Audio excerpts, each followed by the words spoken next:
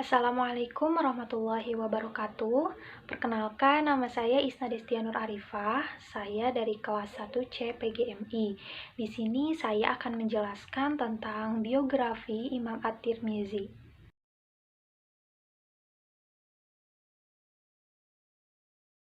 Imam Al-Hafiz Abu Isa Muhammad bin Isa bin Saurah bin Musa bin Ad-Dahhak As-Sulami At-Tirmizi, atau yang lebih kita kenal sebagai Imam At-Tirmizi. Nama besarnya mengacu kepada tempat kelahirannya di sebuah kota yang bernama Turmuz, sebuah kota kecil di daerah utara Iran. Imam At-Tirmizi adalah salah satu ulama besar yang dimiliki oleh kaum muslim. Imam At-Tirmizi juga adalah salah satu dari keenam ulama hadis terkemuka.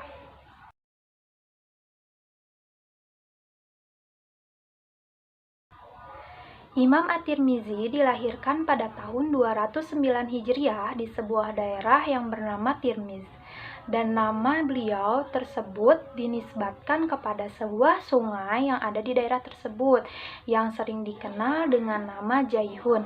Para ulama berpendapat akan kebutaan yang beliau alami pada waktu itu. Ada yang mengatakan beliau buta pada saat dilahirkan, akan tetapi yang benar adalah beliau mengalami kebutaan pada masa beliau sudah menginjak masa tua beliau, yaitu masa setelah beliau banyak melakukan perjalanan untuk mencari ilmu.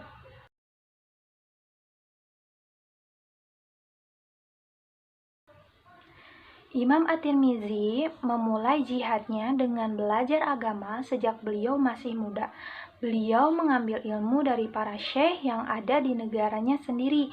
Kemudian beliau memulai perjalanan dalam menuntut ilmu ke berbagai negara yang ada di muka bumi ini. Yang mana perjalanan beliau itu hanya ditunjukkan untuk menimba ilmu saja. Beberapa daerah yang pernah didatangi pada saat itu adalah Khurasan, Madinah, Mekah, Basrah, Kufah, Wasit, Baghdad, dan Ar-Roy. Beliau memulai rihlah pada tahun 234 Hijriah. Imam At-Tirmizi keluar dari negerinya menuju ke Khurasan, Iran, dan Haramain dalam rangka menuntut ilmu. Di sana beliau mendengar ilmu dari kalangan ulama yang beliau temui, sehingga dapat mengumpulkan hadis dan memahaminya. Akan tetapi sangat disayangkan karena beliau tidak masuk ke daerah Syam dan Mesir, sehingga hadis-hadis yang beliau riwayatkan dari ulama kalangan Syam dan Mesir harus melalui perantara. Kalau sekiranya beliau mengadakan perjalanan ke Syam dan Mesir, niscaya beliau akan mendengar langsung dari ulama-ulama tersebut seperti Hisham bin Ammar dan yang semisalnya. Setelah pengembaraannya, kemudian Imam At-Tirmizi kembali lagi ke negerinya.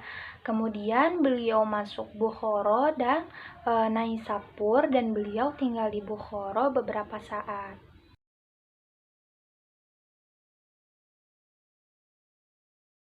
Sebagai seorang penuntut ilmu, tidak bisa hanya mencukupkan diri dengan membaca buku-buku dalam rangka menimba ilmu agama. Karena jika hal itu dilakukan, maka kesalahanlah yang akan banyak didapatkan daripada kebenaran.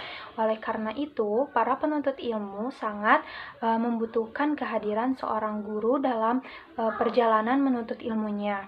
Begitu pula apa yang telah dilakukan oleh Imam At-Tirmizi. Berbagai negara telah beliau singgahi, sehingga beliau telah banyak menimba ilmu dari para gurunya. Di antara para guru yang beliau temui adalah yang pertama ada Ishaq bin Rahawai, yang merupakan guru pertama bagi Imam At-Tirmizi.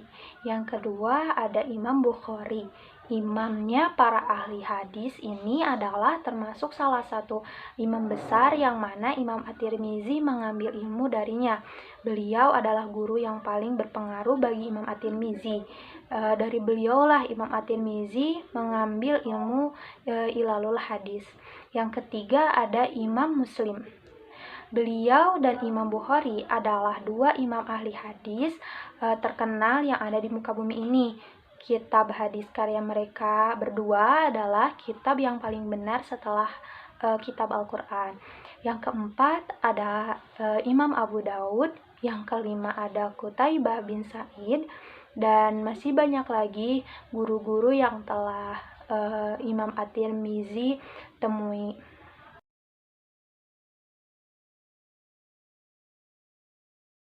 Suatu keutamaan bagi orang yang berilmu adalah dia akan menjadi manusia yang bermanfaat bagi banyak orang dan keberadaannya akan sangat dibutuhkan bagi orang-orang yang sadar akan pentingnya ilmu.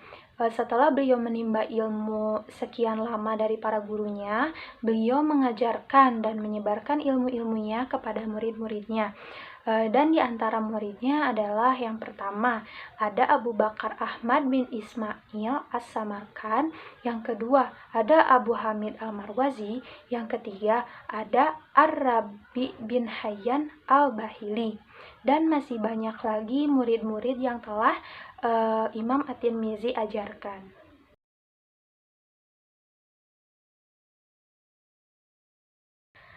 Salah satu hal yang menyebabkan orang berilmu akan selalu terkenang namanya dan terus mengalir pahalanya adalah apabila dia menuliskan ilmu-ilmunya dalam suatu buku yang akan dibaca oleh manusia hingga akhir zaman.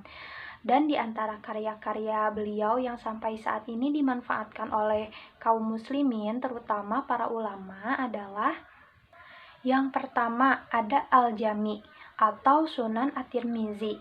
Kitab yang satu ini adalah kitab beliau yang paling monumental dan paling bermanfaat. Yang kedua ada kitab Al-Ilal.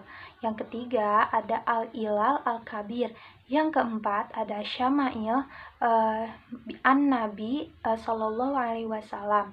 Kitab ini termasuk kitab yang paling bagus yang membahas tentang sifat-sifat Nabi Muhammad Shallallahu Alaihi Wasallam. Yang kelima ada At-Tarikh, yang keenam ada Az-Zuhud, yang ketujuh ada Asma wal Kunna.